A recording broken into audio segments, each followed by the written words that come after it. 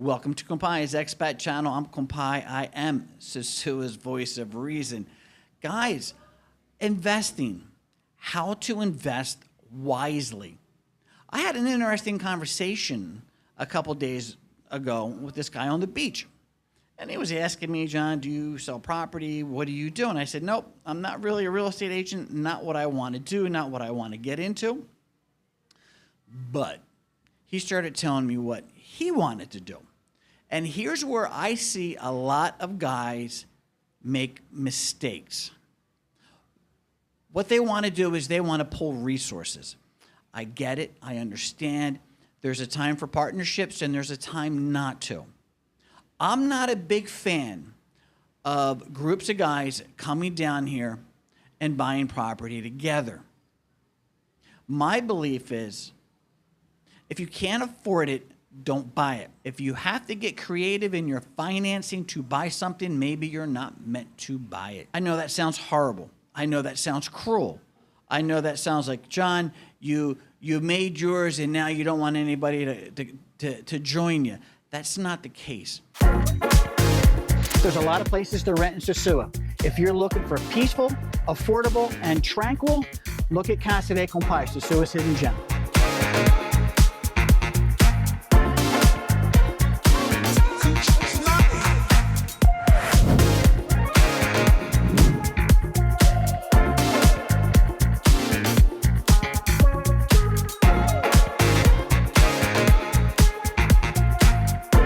When you're ready to reserve at Casa de Compai, my contact information is in the description down below.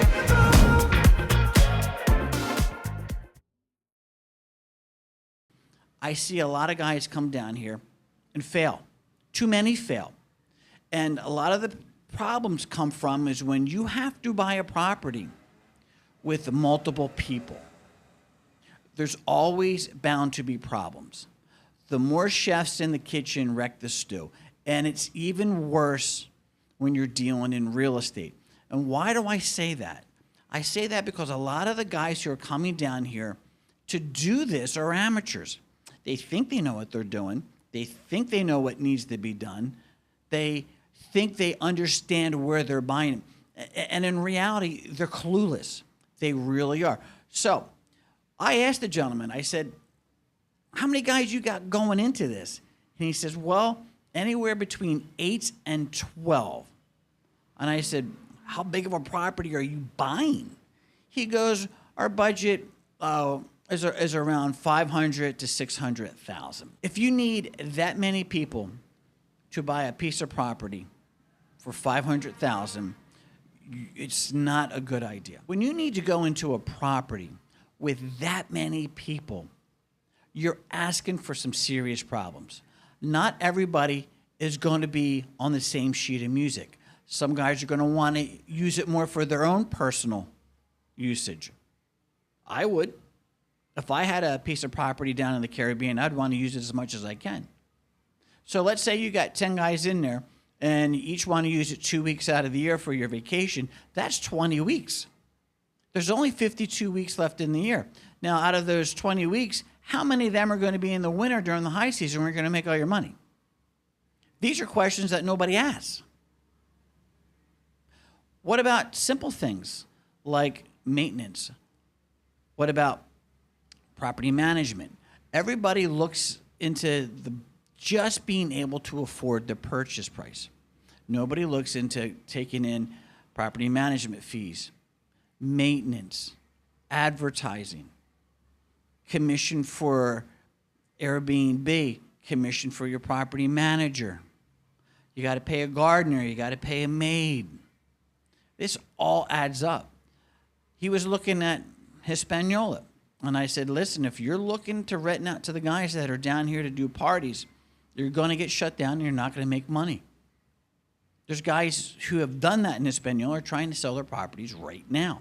You got to know where to go. You got to go outside of the gated communities to do that. The other big thing, and this is huge, what nobody talks about, how do you get out? Everybody talks about knowing when to get into a business. Nobody talks about knowing when to get out. There's a time to get in. There's a time to get out. You don't want to get in at the wrong time. You don't want to get out at the wrong time. The problem is most people don't have an exit plan when it comes to their business. They ride it until it crashes, and then they try to unload it when it's too late. And I asked him, I said, well, how are you going to set this up? He goes, well, we're going to develop a company. I said, who's going to run it? Who's going to be the CEO? Who's going to do the books? Who's going to do you have bylaws set up? Do you have ways for people to get bought out? Because I can guarantee somebody's going to lose their job. Somebody is going to get somebody pregnant and have to sell. Somebody's going to get divorced and have to sell. What mechanisms do you have in that company to be able to buy somebody out? If somebody needs to get out, can they force a sale? You know, these are honest questions that most people don't even think about. Getting into the property is easy. Getting out is hard. I say this all the time. It's easy to buy a property down here in the Caribbean. It's very hard to get out of it. So if you're going to get into a property here, you better make sure you like it for the long term. You better be happy with that property for a long time. There's no flipping down here. I don't care what other YouTube content creators tell you. Flipping is not big down here. I'm not saying there hasn't been guys who bought something, fixed it up, and sell it. That's not the norm. You don't have a flipping market, and that's the whole point. The other thing where everybody gets it wrong about having multiple guys buying properties is most of them don't have cash. Most of them are pulling some kind of home equity line of credit, a second mortgage. They have income coming in from another stream. So what happens when they can't afford that note back home and that note starts going under? That's when they usually try to sell their investment down here to get their money out of the investment to pay off the original note. I like it when guys do this because let me tell you something. Everybody comes down here and they're looking for that deal. I wish I had $1 for every time somebody said to me, hey, John, when you hear a good deal come up, man, give me a call. I'll give you some commission. You know how many times I hear that? Let me tell you, the good deals that we get down here is because of personal relationships. It's because of personal networking. It's because of past business deals. It's because they know they can do business with us, and it's going to be a smooth transition, and we usually do what we say and say what we do. So that's where the deals come in, is to the people that are here, the people that are already established in doing business and have a good reputation. You're not going to come in on a plane, start coming downtown, sit in a bar, and get the deal. If you think you're getting that deal, think again. You really need to double check that because there's a sucker born every day. Remember, my expat rule number 2, the Dominicans will screw you for $100. The gringos will screw you for $1,000. Guys, that is gospel. Take that to the bank. So if you're coming down here and you're thinking about buying property with a group of other investors, make sure you know who you're investing with. Make sure you have to screen all of them to make sure they're financially stable.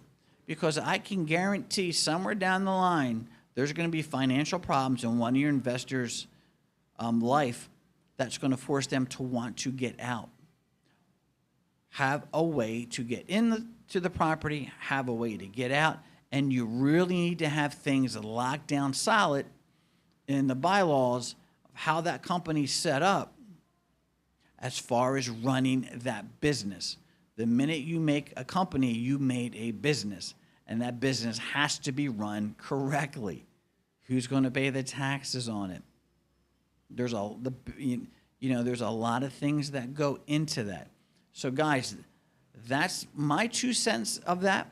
And let me just say this. Let me say that again. If you have to get creative in your financing to buy it, maybe you're not meant to buy it. If you're looking at something larger, start off with a condo. Not everybody is entitled to come in and buy a $500,000 villa right away. I started with one condo down here, and I eventually worked into having Casa de Compai, my condo complex, which I did in steps and stages. And then I also finally worked into having my own private villa, my home. Not everything happens overnight. You have to put in your time and hard work to get there. That's what I don't see with these guys who come down here and try to buy in groups. They want that instant gratification. They want to be in the game immediately at the level they think they can do it at.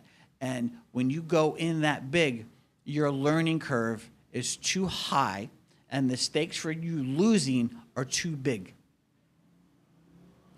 One thing making a mistake on renting out one condo, when you have a $500,000 villa and you make mistakes, the mistakes are larger. It's going to cost you more money. So guys, that's my 2 cents. Always remember, keep personal private and private personal. Peace out.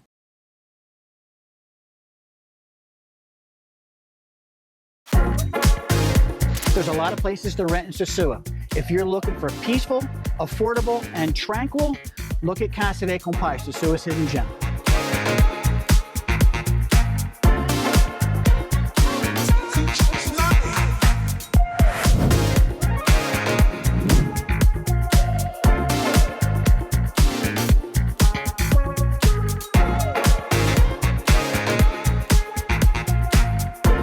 When you're ready to reserve at Casa de Compai, my contact information is in the description down below.